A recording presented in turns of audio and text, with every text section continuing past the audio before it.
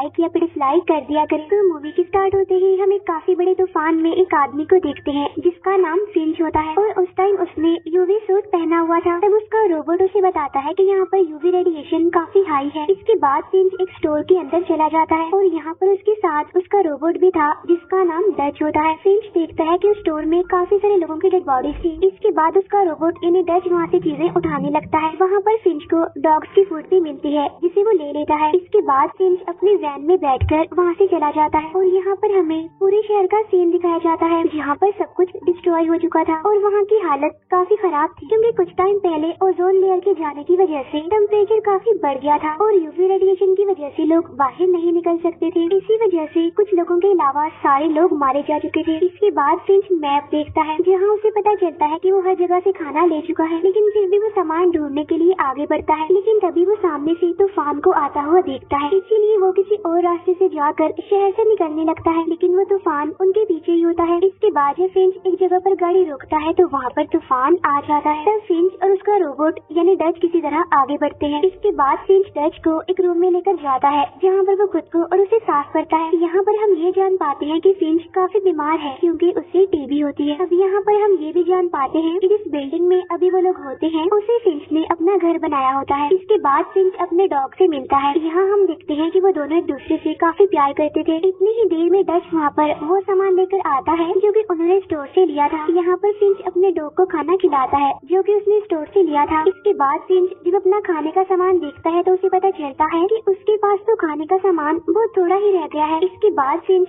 बहुत सारी बुक्स लेकर एक मशीन में डाल देता है जहाँ वो मशीन खुद ही बुक्स को स्कैन करती है और इन्फॉर्मेशन निकालती है। अब यहाँ पर हम देखते हैं कि फिंच असल में एक रोबोट बना रहा है। इसके बाद फिंच रात को एक बुक पढ़ रहा होता है तो उसे पता चलता है कि रेडिएशन काफी बढ़ गई है। फिंच अपने डॉग को देखकर काफी दुखी होता है कि मेरे बाद इसका क्या होगा। इसके बाद हम फिंच को फिर से उसके लैब में काम करते हुए देखते हैं और यहाँ उसने रेडिएशन की सारी इन्फॉर्मेशन भी रोबोट में डाल दी थी। इसके बाद जब वो रोबोट को तैयार कर रहा होता है तो उसे पता चलता है कि उसे 2 कैमरास चाहिए। तब वो डच के कैमरास निकाल कर उस नए रोबोट में लगाता है। इसके बाद जैसे ही वो रोबोट को ऑन करता है तो उसके अंदर डाटा ट्रांसफर होना शुरू हो जाता है और फिंच उस रोबोट से बात करना चाहता है। तब रोबोट भी खुद को मूव करने लगता है। यहाँ पर फिंच अपने बनाए हुए रोबोट को चेक करता है तो काफी खुश होता है और वो अपने डॉग को कहता है कि तुम्हें एक नया दोस्त मिलने वाला है। आगे आगे फिंच उस रोबोट पर और काम करता है, उसे बोलना सिखाता है जिसमें वो रोबोट अब आहिस्ता आहिस्ता बोलने लग जाता है। तब फिंच उसे बोलता हुआ देखकर काफी खुश हो जाता है। इसके बाद फिंच उससे पूछता है कि चलो तो मुझे अपने बारे में कुछ बताओ, जिस पर वो रोबोट कहता है कि रोबोट इंसानों को नुकसान नहीं पहुंचाते बल्कि वो तो इंसानों का ख्याल रखते हैं। यहाँ पर हम ये नोटिस करते हैं कि फिंच के डॉग को ये नया रोबोट अच्छा नहीं लगा था। फिर वो रोबोट फिंच को बताता है कि मुझे इस तरह से डिजाइन किया गया है कि मैं इंसानों और जानवरों का ख्याल रखूं। तब फिंच उसे कहता है कि मेरे लिए मेरा डॉग बहुत इंपॉर्टेंट है, तुम्हें इसका ख्याल रखना है। इसके बाद वहाँ पर लाइट्स ऑफ हो जाती हैं। तब खराबी चेक करने के लिए फिंच ऊपर जाता है और एक वायर को ठीक करता है जिससे वहाँ पर लाइट आ जाती है और रोबोट भी जाग जाता है। और तभी फिंच देखता है कि बाहर तो तूफान आ रहा है और इसी वजह से लाइट्स ऑफ हो गई थी। इसके बाद फिंच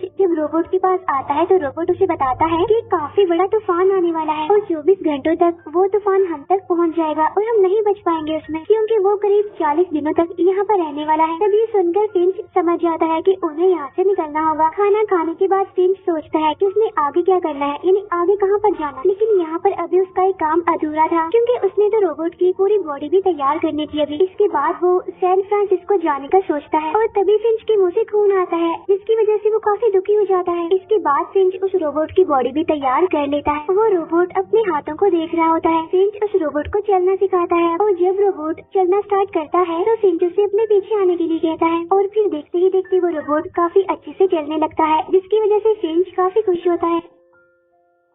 लेकिन जब फिंच का डॉग भौंकता है तो वो रोबोट नीचे गिर जाता है। इसके बाद फिंच उस जगह को छोड़ने के लिए सामान पैक करने लगता है और ऊपर वो रोबोट चलने की और भागने की प्रैक्टिस कर रहा होता है। फिंच सारा सामान पैक करने के बाद डच को अपने साथ आने के लिए कहता है, लेकिन डच में तो कैमरास ही नहीं होते इसीलिए वो देख ही नहीं सकता था, इसीलिए वो चीजों में टकरा रहा था। इसके बाद फिंच एक सीसीटीवी कैमरा से कैमरा निकालता है और उसे डच में लगाता है। इसके बाद वो लोग बस के जरिए वहाँ से निकलने वाले होते हैं और यहाँ पर वो नया रोबोट सारी चीजें सीख रहा होता है। यहाँ पर हम ये जान पाते हैं कि असल में उनकी बस यूवी रेडिएशन से बिल्कुल सेव होती है। इसके बाद वो लोग वहाँ से निकलकर सैन फ्रांसिस्को के लिए जाने लगते हैं, जहाँ पर सब कुछ डिस्ट्रॉय हो चुका था। इसके बाद वो लोग आगे बढ़ते हैं। अब नए रोबोट को सब कुछ पता होता है, इसीलिए वो उन्हें रास्ता बता रहा होता है। इसके बाद वो लोग एक शहर में रुकते हैं और यहाँ पर नया रोबोट फिंच का पोस्ट कार्ड देखता है और वो फिंच को कहता है कि मुझे तुम्हारा पोस्ट कार्ड काफी पसंद आया है। तब फिंच बताता है कि पहले लोग बात करने के लिए पोस्ट कार्ड यूज करते थे। तो वो रोबोट पूछता है कि ये कार्ड तुम्हें किसने भेजा था, जिस पर फिंच कहता है कि ये मुझे मेरे अंकल ने भेजा था। इसके बाद फिंच उस रोबोट को अपने साथ आने के लिए कहता है और तब वो दोनों बाहर जाते हैं और फिर वो रोबोट को उसके सारे रूल्स बताता है, जहाँ उसने डॉग के लिए खाना ढूंढना था और उसे खिलाना भी था। इसके बाद उन लोगों को एक सिनेमा हॉल दिखता है। तब फिंच उस रोबोट को सिनेमा हॉल का डोर खोलने के लिए कहता है। तब रोबोट काफी इजीली वो दरवाजा खोल लेता है। अंदर जाकर फिंच उसे खाना ढूंढने के लिए कहता है। यहाँ पर वो रोबोट फर्स्ट टाइम खुद को देखता है। फिंच को वहाँ से थोड़ा बहुत खाना मिल जाता है, इसीलिए वो दोनों बाहर आ जाते हैं। वहाँ वो एक लोहे की चीज पर कुछ पॉपकॉर्न डालता है। हाई टेम्परेचर होने की वजह से वो पॉपकॉर्न तैयार हो जाते हैं, जिसकी वजह से वो दोनों काफी खुश होते हैं। इसके बाद उन्हें वहाँ पर तूफान आता हुआ दिखाई देता है, इसीलिए वो लोग वहाँ से निकल जाते हैं। लेकिन वो तूफान इन लोगों की तरफ ही आ रहा था। यहाँ पर फिंच समझ जाता है कि वो इस तूफान से नहीं निकल पाएंगे, इसीलिए वो अपना यूवी सूट पहनकर बाहर आता है। बस को मजबूत करने के लिए वो वहाँ पर कीले लगाने लगता है और वो रोबोट को भी ऐसा करने के लिए कहता है। यहाँ पर 3 कीले तो फिंच लगाता है और 1 कीला रोबोट लगाता है। इसके बाद फिंच जल्दी से बस में चला जाता है और अब वहाँ पर तूफान आ रहा होता है। इसके बाद रोबोट भी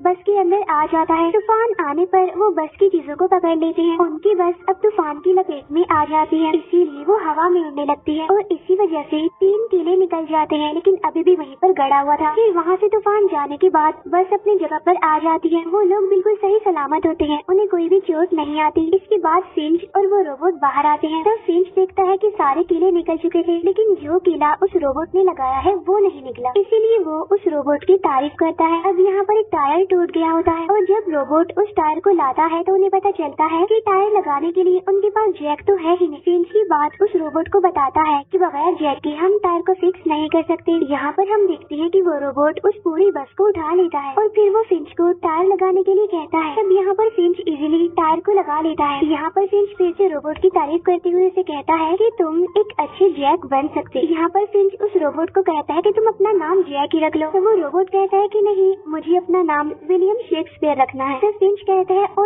नो, ये नाम तो काफी बड़ा है। इसके बाद वो दोनों मिलकर उस रोबोट का नाम जेफ कंफर्म कर लेते हैं। नेक्स्ट डे फिंच बस के ऊपर सोलर सिस्टम सेट करके अंदर जाकर सो जाता है, लेकिन तभी वो नया रोबोट यानी जेफ और उसका डॉग भौंकने लगता है, इसीलिए फिंच की आँख खुल जाती है। तब नया रोबोट यानी जेफ उसे बताता है कि मैं डॉग्स की लैंग्वेज सीख रहा था। वो कहता है कि मुझे ये लगता है कि आपका डॉग मुझे पसंद नहीं करता। तब फिंच कहता है कि तुम दोनों को एडजस्ट होने में, तुम्हारी दोस्ती होने में थोड़ा टाइम लगेगा। इसके बाद वो लोग वहाँ से निकल जाते हैं। इस बार जेफ फिंच के साथ आगे बैठता है। इसके बाद वो लोग गोल्डन ब्रिज के लिए जाने लगते हैं। यहाँ पर जेफ फिंच से पूछता है कि ये ट्रस्ट क्या होता है। तब फिंच उसे समझा नहीं पाता। तब फिंच उसे अपनी ही कहानी सुनाता है। वो कहता है कि काफी सालों पहले कुछ लोगों के साथ में काम करता था, लेकिन वो सारे लोग कम अकल थे और हम लोग असल में एक प्रोजेक्ट पर काम कर रहे थे और वहाँ फिंच के अलावा सबको यही लग रहा था कि सॉफ्टवेयर का इशू सॉल्व होने वाला नहीं है, लेकिन फिर फिंच ने उस सॉफ्टवेयर इशू को सॉल्व कर दिया। इस वजह से उसके बॉस ने उसे काफी अप्रिशिएट किया, उसकी तारीफ की। फिंच यहाँ पर कहता है कि बेशक वो काम मैंने अकेले ने किया था, लेकिन मैंने अपने बॉस को बताया कि ये काम हम सब ने मिलकर किया है, न कि मैंने अकेले ने, और इस तरह से मैंने सबका ट्रस्ट यानी सबका भरोसा जीत लिया। और यही मतलब होता है ट्रस्ट का, और ऐसे ही लोगों पर अपना ट्रस्ट बनाया जाता है। लेकिन ये चीज भी जेफ को समझ नहीं आती। तो फिंच कहता है कि ठीक है, मैं तुम्हें अब सोच कर बताऊंगा। इसके बाद वो लोग एक रेस्टोरेंट के पास आकर रुकते हैं, जहाँ पर फिंच अपने डॉग को जेफ के पास छोड़कर बाहर आता है। और जब फिंच रेस्टोरेंट के अंदर जाता है तो उसे वहाँ पर खून की उल्टी होती है। उसकी तबीयत भी काफी खराब हो रही थी, इसीलिए वो काफी दुखी था। और जब बाहर से उसके डॉग के भौंकने की आवाज आती है तो फिंच उसे लेने आता है, लेकिन फिंच जेफ को बस में बैठने का कहता है। यहाँ पर जेफ बस को ड्राइव करना चाहता था। रेस्टोरेंट में फिंच और उसका डॉग बातें कर रहे होते हैं, जिसमें वो अपने डॉग को उठने बैठने की मैनर्स सिखा रहा होता है। और बाहर जेफ ड्राइविंग की प्रैक्टिस कर रहा होता है और जब फिंच ये देखता है तो वो भागकर बाहर आता है, लेकिन तभी जेफ उस बस को एक गाड़ी में दे मारता है। अब क्योंकि वहाँ पर धूप थी इसीलिए फिंच वहाँ पर नहीं जा सकता था। इसके बाद वो जेफ को आवाज लगाता है और उससे पूछता है क्या तुम ड्राइव कर रहे थे, जिस पर जेफ परेशान होते हुए कहता है नहीं मैं तो नहीं कर रहा था। इसके बाद जेफ बस में बैठकर उसे रिवर्स करता है और जब फिंच उसे रोकने के लिए चिल्लाता है तब तक जेफ दोबारा से बस को ठोक देता है। इसके बाद फिंच जेफ को बाहर बुलाता है और अपना हाथ धूप में करके उसे जलाने लगता है और अब वो जेफ को बताता है कि मैं और मेरा डॉग धूप में नहीं आ सकते और अगर आए तो जल जाएंगे। यहाँ पर फिंच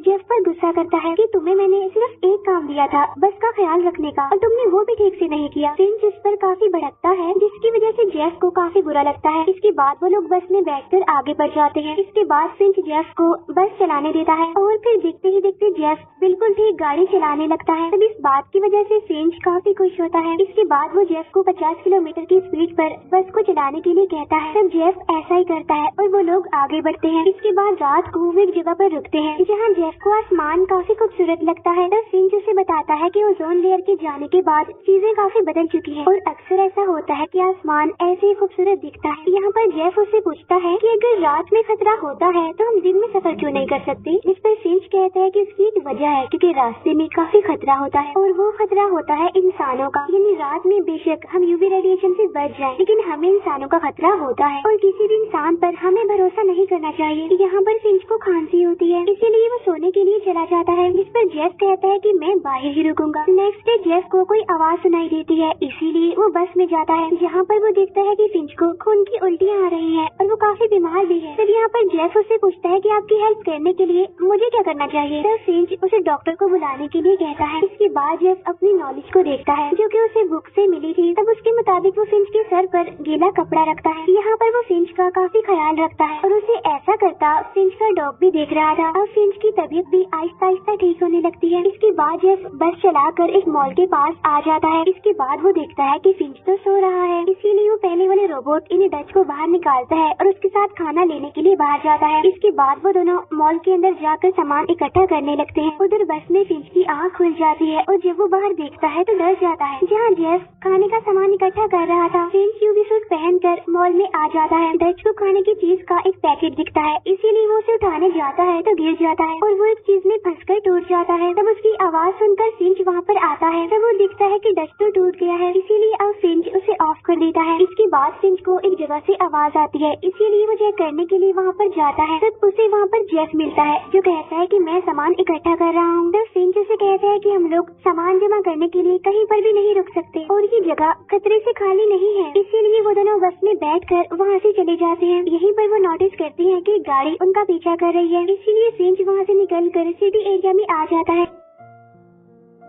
इसके बाद फिंच जेफ को गाड़ी चलाने के लिए कहता है और ये भी कहता है कि अपनी गलती की वजह से हम मारे जा सकते हैं। इसके बाद फिंच अपनी एक गन निकालता है। इसके बाद वो लोग आगे बढ़ रहे होते हैं। अब वो लोग रात तक अपना सफर करते रहते हैं लेकिन अभी तक वो गाड़ी भी उनका पीछा कर रही थी। तब फिंच जेफ को तेज स्पीड में गाड़ी चलाने के लिए कहता है, इसीलिए अब वो लोग गाड़ी से काफी दूर निकल आते हैं। आगे जाकर उन्हें एक बाईपास दिखता है। तब फिंच बस को ऊपर से नीचे लेता है। इसके बाद वो लोग ब्रिज के नीचे जाने लगते हैं। जेफ यहाँ पर फिंच को कहता है कि हम ब्रिज के नीचे नहीं जा सकते, लेकिन फिंच उसकी कोई भी बात नहीं सुनता। इसके बाद वो लोग वहीं पर गाड़ी रोक लेते हैं। यहाँ पर फिंच काफी डरा होता है और तभी जेफ बस से बाहर आता है और वो बस को धक्का लगाता है। धक्का लगाकर वो बस को ब्रिज के नीचे ले आता है। असल में वो यहाँ पर छुपने के मकसद से आए थे और तभी वो दूसरी गाड़ी भी वहाँ पर आ जाती है। यहाँ पर फिंच उस आदमी को मारने के लिए बिल्कुल तैयार होता है अपनी गन लेकर और जब उसे गाड़ी के वहाँ से जाने की आवाज आती है तब जाकर वो रिलैक्स होता है। इसके बाद जब फिंच बाहर आता है तो वो सोलर सिस्टम को टूटा हुआ पाता है। तब ये देखकर फिंच जेफ को कहता है कि अब मैं इसे ठीक नहीं कर सकता और ना ही हम सैन फ्रांसिस्को जा सकते हैं। तब यहाँ पर जेफ उसे तसल्ली देते हुए कहता है कि आप फिक्र मत करें, मैं ये कर लूंगा। तब फिंच उस पर गुस्सा करते हुए उसे कहता है कि तुम एक मशीन हो, तुम कोई बात नहीं समझते और ना ही समझ सकते हो। इसके बाद वो जेफ पर काफी गुस्सा भी करता है और बस के अंदर चला जाता है, लेकिन जेफ बाहर ही बारिश में भीग रहा होता है। इसके बाद जेफ फिंच के पास अंदर आकर उसे कहता है कि हम गोल्डन ब्रिज तक जा सकते हैं। तब यहाँ पर फिंच उसे एक और कहानी सुनाता है जिसमें कुछ टाइम पहले ओजोन लेयर कम होने लगी थी, जहाँ स्टार्टिंग में तो सब लोगों को यही लगा कि ठीक हो जाएगा सब कुछ, इसीलिए वो लोग घर में छुप कर ही रहने लगे। लेकिन उनमें से कुछ लोग ऐसे भी थे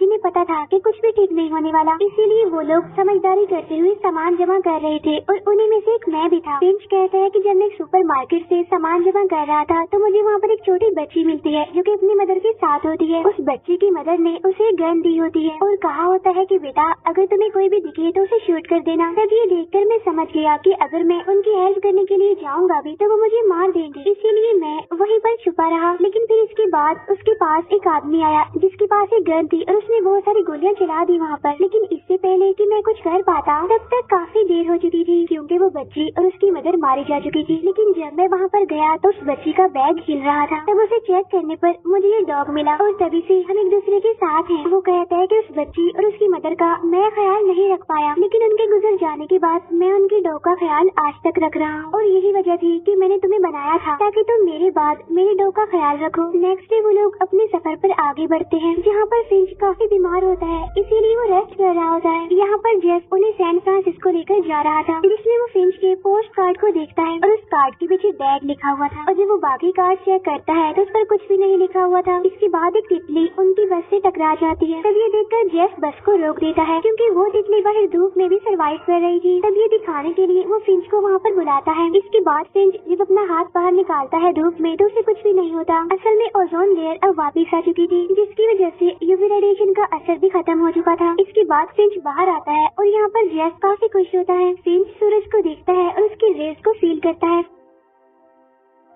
इसके बाद जेफ और फिंच का डॉग भी बाहर आ जाते हैं। फिंच बाहर आकर काफी खुशी से उस जगह को देख रहा होता है और तभी उसे एक तितली दिखाई देती है जो कि उड़कर उसके हाथ पर बैठ जाती है। इसके बाद वो लोग आगे बढ़ जाते हैं। इसके बाद फिंच एक जगह पर अच्छे से ड्रेसअप होकर बाहर आता है। फिंच यहाँ पर कहता है कि जितना अच्छा मुझे आज लग रहा है इतना अच्छा मैंने कभी भी फील नहीं किया। यहाँ पर जेफ फिंच को बताता है कि कल रात मैंने एक ड्रीम देखा जिसमें मैंने देखा कि हम लोग गोल्डन ब्रिज पर चले गए हैं। तब इस बात से फिंच काफी हैरान हो जाता है कि आखिर रोबोट ड्रीम्स कैसे देख सकते हैं, लेकिन वो इस बात से खुश होता है और वो जेफ से सॉरी बोलता है कि सॉरी मैंने तुम्हें रोबोट और मशीन बोला था। यहाँ पर जेफ फिंच को कहता है कि आपने तो मुझे बताया था कि वो पोस्ट कार्ड आपके अंकल ने आपको दिए थे लेकिन उस पर तो डैड लिखा हुआ है। तब यहाँ पर फिंच उसे सारी बात सच बताता है कि मेरे पैदा होने से पहले ही मेरे फादर मुझे छोड़कर चले गए और मेरे फादर असल में एक इंजीनियर थे और मेरे एक बर्थडे पर वो कार्ड मुझे मेरे फादर ने दिया था। असल में मेरे फादर ने मुझे मिलने के लिए इन्वाइट किया था और उनसे मिलने के लिए ही मैंने ये सूट परचेज किया था, लेकिन मैं इस सूट को कभी भी नहीं पहन पाया। तब जेफ उससे बाकी कार्ड्स के बारे में पूछता है जिस पर फिंच कहता है कि वो मुझे पसंद आए थे इसीलिए मैंने उन्हें रख लिया क्योंकि मैं दुनिया घूमना चाहता था,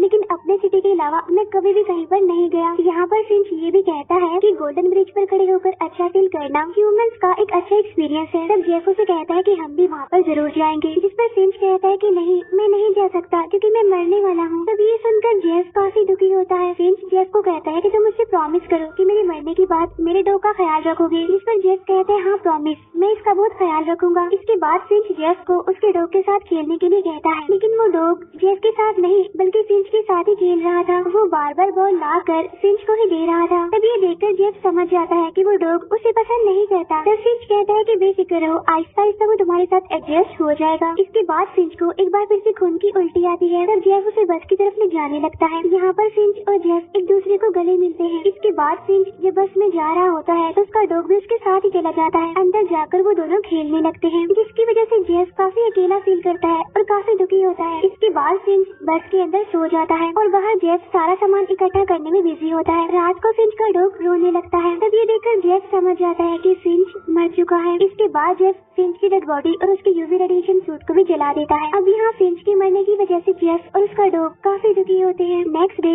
जेफ सोचता है कि उसे क्या करना चाहिए। तब उसे याद आता है कि मैंने भी वही करना है जो फिंच करता था, यानी वो डॉग के लिए खाना निकालता है और उसे खाना खिलाता है। इसके बाद वो डॉग जेफ के साथ खेलने लगता है। इस वजह से जेफ काफी खुश होता है। इसका मतलब ये था कि वो डॉग जेफ के साथ रहना सीख गया है। नेक्स्ट डे वो दोनों सैन फ्रांसिस्को के लिए जाने लगते हैं, जहाँ पर उन्होंने गोल्डन ब्रिज जाना होता है। फिर वो दोनों एक दूसरे के साथ खुश होते हुए अपने सफर पर आगे बढ़ जाते हैं और काफी लंबा सफर करने के बाद वो गोल्डन ब्रिज तक पहुँच जाते हैं। और तब जेफ फिंच के कहने के मुताबिक ब्रिज के ऊपर जाकर ह्यूमन एक्सपीरियंस की तरह फील करता है। वहीं पर जेफ को एक पेपर नोट मिलता है जिस पर एक लड़की ने लिखा होता है कि वो सर्वाइवर है और वो एक जगह पर छुपी हुई है। तब यहाँ पर जेफ उस लड़की की हेल्प करने का डिसाइड करता है। इसके बाद वो फिंच के पोस्ट कार्ड पर अपनी ड्राइंग बनाकर वहाँ लगा देता है। इसके बाद जेफ और वो डॉग उस लड़की की हेल्प हेल्प करने के लिए वहाँ से निकल जाते हैं। अब यहाँ पर जेफ डॉग को अपनी कहानी सुनाता है और इसी के साथ ही ये मूवी यहीं पर एंड हो जाती है।